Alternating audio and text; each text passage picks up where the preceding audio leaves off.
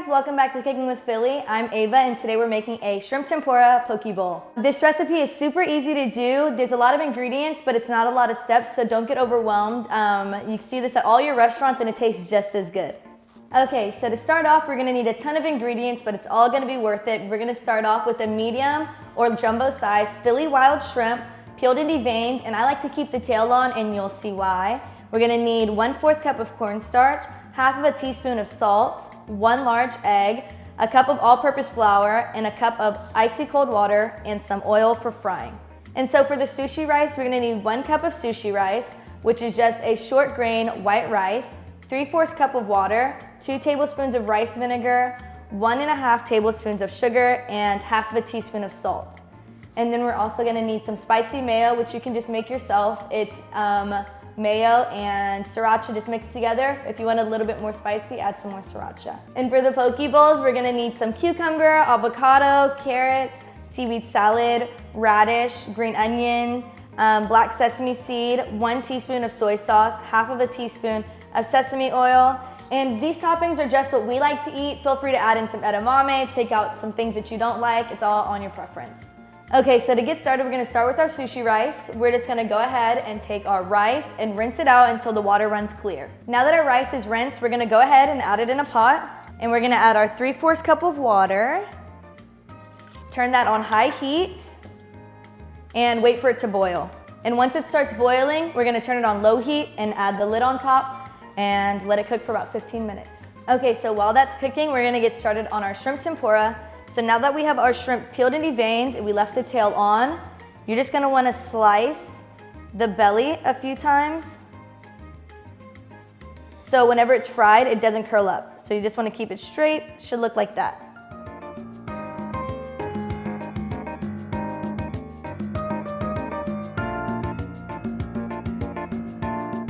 All right, now that our rice is boiling, we're gonna go ahead, turn it on low heat, and add a cover on top. And we're just gonna stir it one time. So now we're gonna take our shrimp. We're gonna wanna coat our shrimp with our cornstarch. And I'm just gonna kind of drizzle it on top.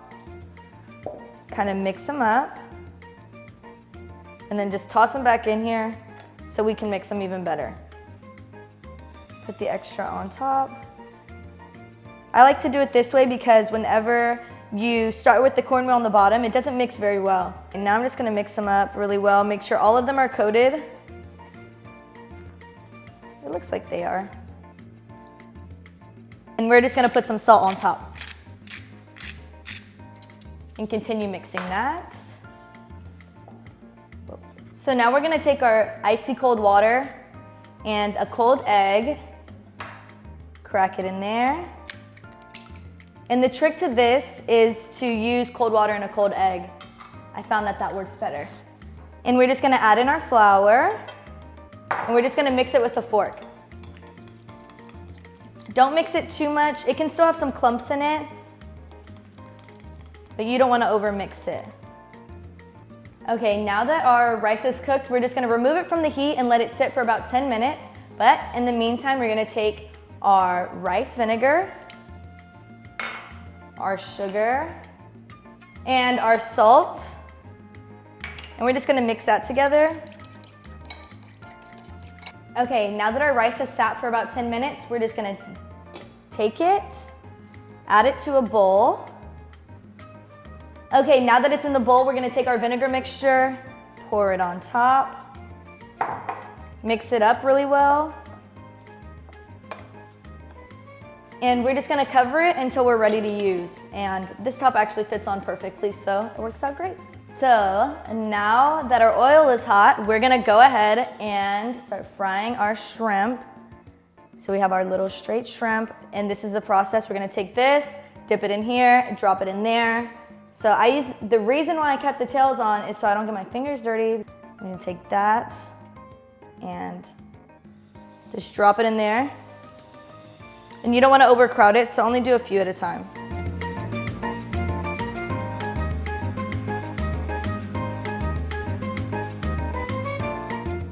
Okay, so we're gonna have our tongs, and make sure that you have a plate with some napkins on it to take the oil out. But you're gonna wanna rotate them because they're obviously not all the way submerged. Just flip them. This one is ready and it's cooked perfectly. These can cook pretty fast, so it's up to you on how long you want to cook them. And you want to make sure that your oil is hot enough, about 340 degrees at least. Okay, so we're gonna take our shrimp, put them all into a big mixing bowl.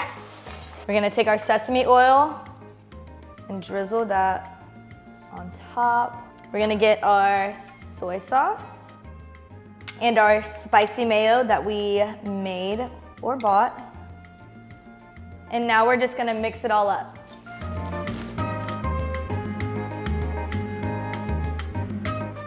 Okay, now for assembly, we're gonna take our sushi rice, put that on the bottom of our bowl.